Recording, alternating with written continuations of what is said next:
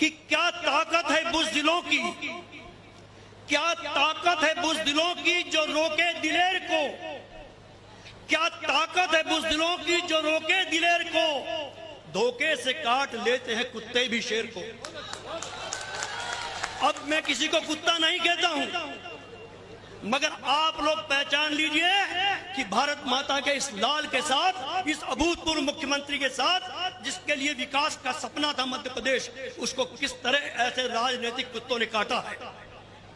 उनसे बदला लेना है। और कुत्ते तो वफादार होते हैं। जिन गद्दारों से हमारे कांग्रेस के इन साथियों की लड़ाई है, वो गद्दार कौन है? उनके खानदान के खून में गद्दारी लिखी हुई है। 1857 की आजादी की लड़ाई में सिंधिया गद्दार के परिवार ने अंग्रेजों की मदद की थी।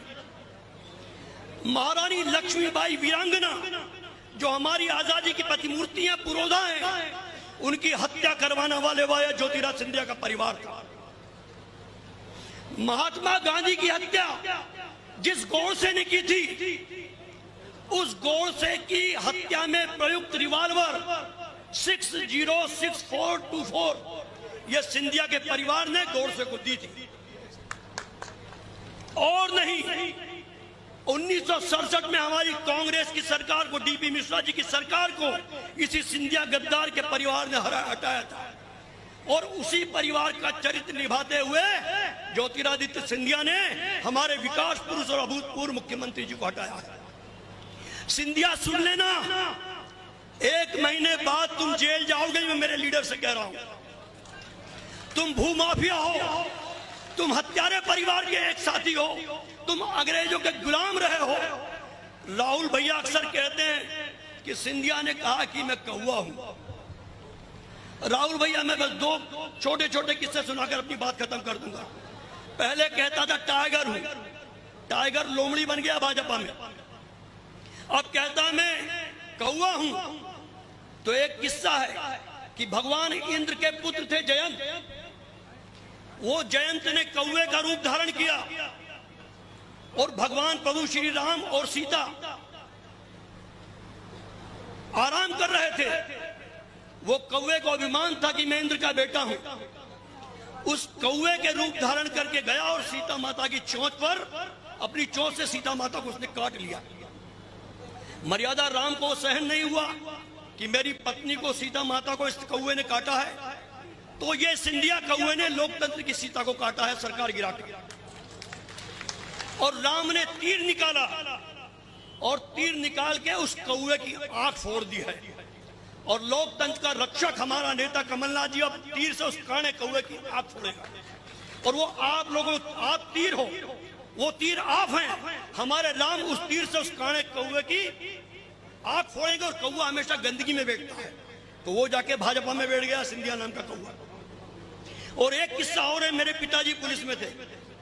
वो अक्सर कहा करते थे कि जो आदतन अपराधी होते हैं उनके लिए थानों में एक रजिस्टर होता है। पुलिस के अधिकारी, हमारे कर्मचारी सभी हैं। कुशवाहा साहब होता है ना रजिस्टर 10 नंबर गुंडों के लिए।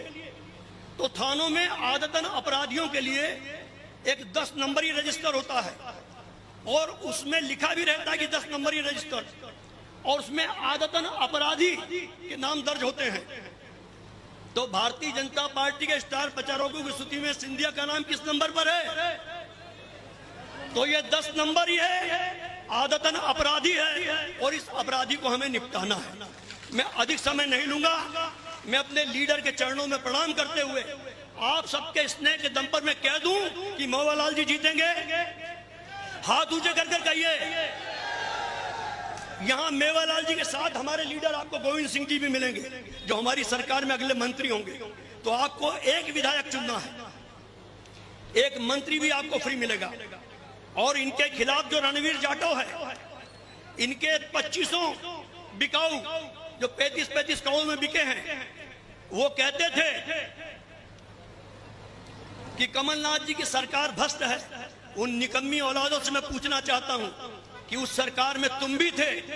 और रणवीर जाटव, तुमने खुद कहा था कि तुलसीराम सिलावट बिना पैसे लिए काम नहीं करता है। और मैं सीधी तौर पर कहना चाहूंगा मेरे लीडर कमलनाथ जी से माफी मांगते हुए कि सिंधिया के जिन लोगों को सिंधिया ने मंत्रिमंडल में रखवाया था, आदरणीय कमलनाथ जी, उन सबसे पैसे सिंधिया खाता था। उन मंत्रियों से 3-3, 400 करोड़ रुपए हर 2-3 महीने में सिंधिया खाता था। तो जो टिकट बेचता था उसने लोकतंत्र को भी बेचा है और उस गद्दार सिंधिया और उसके खानदान को सबक सिखाना है। मैं आपको प्रणाम करता हूं और गोविंद सिंह जी को साक्षी मानते हुए माननीय कमलनाथ जी से निवेदन करना चाहूंगा कि आप 1 माह बाद इस प्रदेश के यशस्वी मुख्यमंत्री होंगे और आपकी ऊंचाई को कोई भी नहीं रोक सकता है। मैं इतनी जरूर प्रार्थना करता हूं कि जितने मामले इसके जमीनों के सिंधिया के उठ रहे हैं, आप 3 महीने के भीतर उनको EOW में भेज दीजिएगा।